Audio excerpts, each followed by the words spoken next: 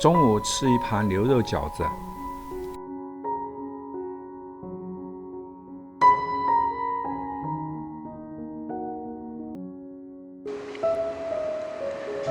只要提到云南的省会昆明，许多人的脑海里立刻浮现的往往是一幅温润舒适的城市图景。这里是被称作四季如春的地方，昆明春城，常年气温稳定在7摄氏度左右，空气清新，负氧离子含量高，天空大多时候保持着湛蓝，生活节奏不缓不急，人们过得随和从容。物价算不上低，但也不算离谱，而人文、历史、自然景观更让人觉得这里适合旅行，也适合居住。这些印象与评价构成了外地人对昆明最普遍的想象，也呈现出这座城市被认为的众多优势。然而，理想中的昆明与旅居后或深度游玩之后的真实感受不一定完全重叠。为了让大家对这座城市有更全面的理解，我将从以下几个角度来梳理昆明市在现实层面存在的一些不足与隐藏的问题。一、商业和餐饮过度扩张，导致严重的内卷与消费者的消费体验下降。昆明的各种商业街、夜市还有餐饮街看似繁荣，数量显著多于其他云南热门旅游城市，但深入体验后会发现，这背后隐藏着另一面。例如，过度扩张，客流无法匹配，产业高度重复，品质食材参差不齐，卫生水平不稳定，营业时间混乱。一、同类美食的重复度很高，原创性不足，许多商业街里充斥着重复率极高的小吃，比如说过桥米线、锅盔、炸洋芋、炸乳扇，几乎在每一条街道都能看到。真正具有地方特色，例如楚雄州、大理州等地方特色的食物反而比较稀少。二、压力成本导致商家使用预制菜或低价的原料，比如说便宜的鲜花饼，使用便宜的外地玫瑰，香气不是很足，馅料也比较少，吃起来口感比较软口感不好。第二，米线或者是炒米饭，有的时候价格会低到8到9元到10元一盘，但是味道不好吃。三，网红店排队时间很长，但等你吃到之后，你会发现它实际吃到嘴里的品质没有它的招牌宣传的那么好。四，这个卫生状况不稳定，可以看到部分的摊位在操作台上面的清洁卫生不合格，一次性的餐具用品堆积，垃圾没有及时清运。五，野生菌的市场，吃野生菌存在风险昆明人、云南人对野生菌的热爱毋庸置疑，但是如果外地游客不了解菌类的特性，就容易买到低价的低端的菌种，或者是用低价的菌种冒充高价的菌，或者是受潮变质霉烂的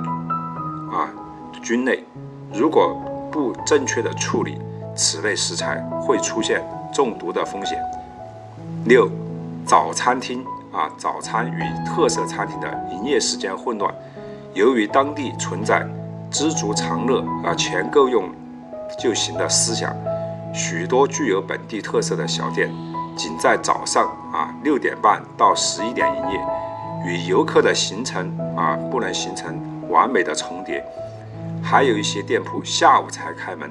而烤串店或烧烤店又多为夜间经营，很多游客兴致勃勃地前去吃东西，但是往往去了之后发现没有开门，不得不重新规划时间，也耽误了其他的行程。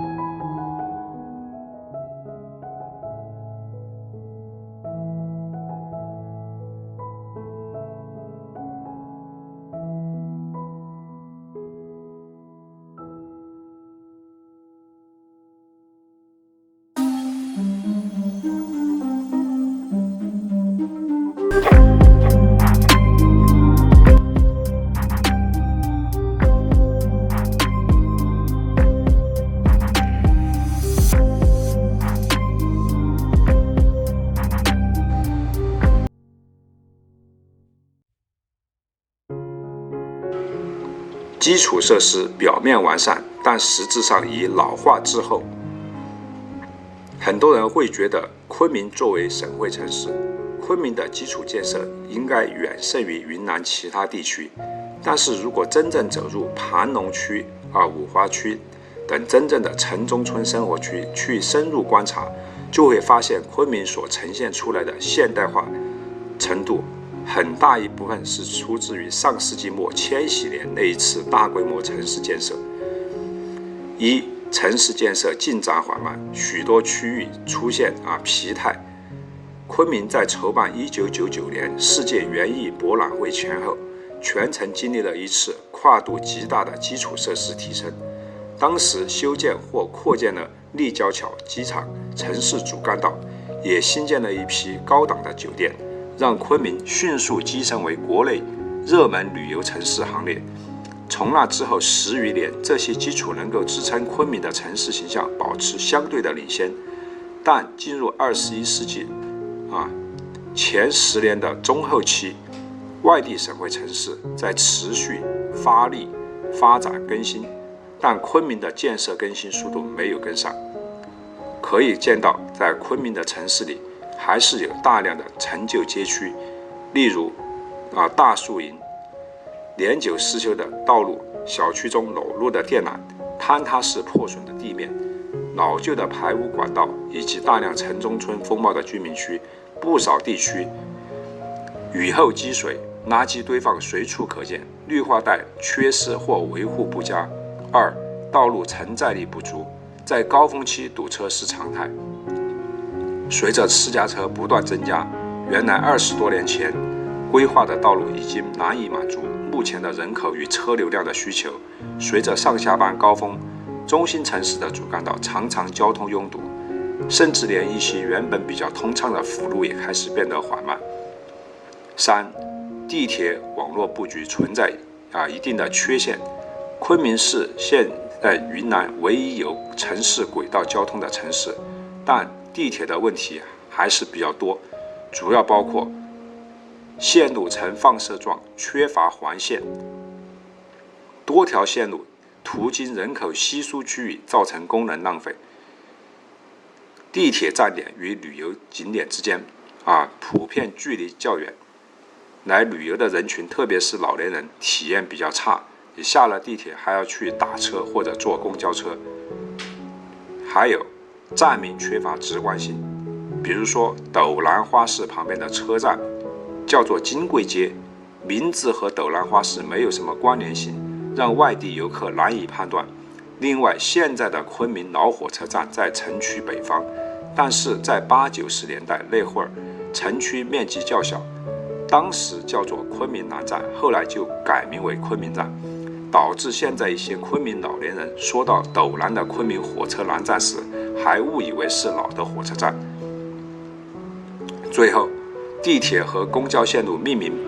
不清晰，线路不合理，游客稍有不注意就会坐错方向或坐过站。比如说，你如果坐昆明2号线，他可能要求你在某一站去换成3号线，但实际上昆明已经早已经一站从2号线坐到终点站，但是导航数据不知道为什么迟迟没有更新，这就导致一个非常现实的问题：地铁本应当让人省心省力，但是在昆明却经常增加旅途中不必要的麻烦。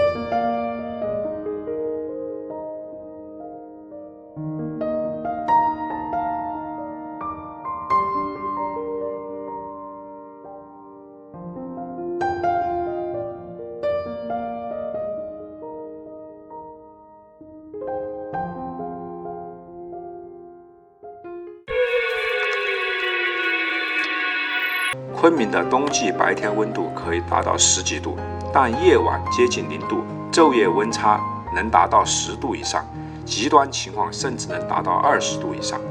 而且多数的酒店没有暖气，空调也没有不一定有制暖的功能。这里还会看到一个现象，很多的居民楼甚至没有安装空调。3. 春天极其干燥，紫外线全年都很强烈。春天的空气干燥到会让人的皮肤开裂，紫外线强度是平原地区的数倍，晒一个下午就可以晒伤。然后昆明的雨季集中在5到8月，天气多变，夏天短时间暴雨频繁，计划的户外行程时常被打乱。最后来聊一聊昆明的收入和成本，居住成本。昆明这个地方收入水平普遍平均水平是偏低的，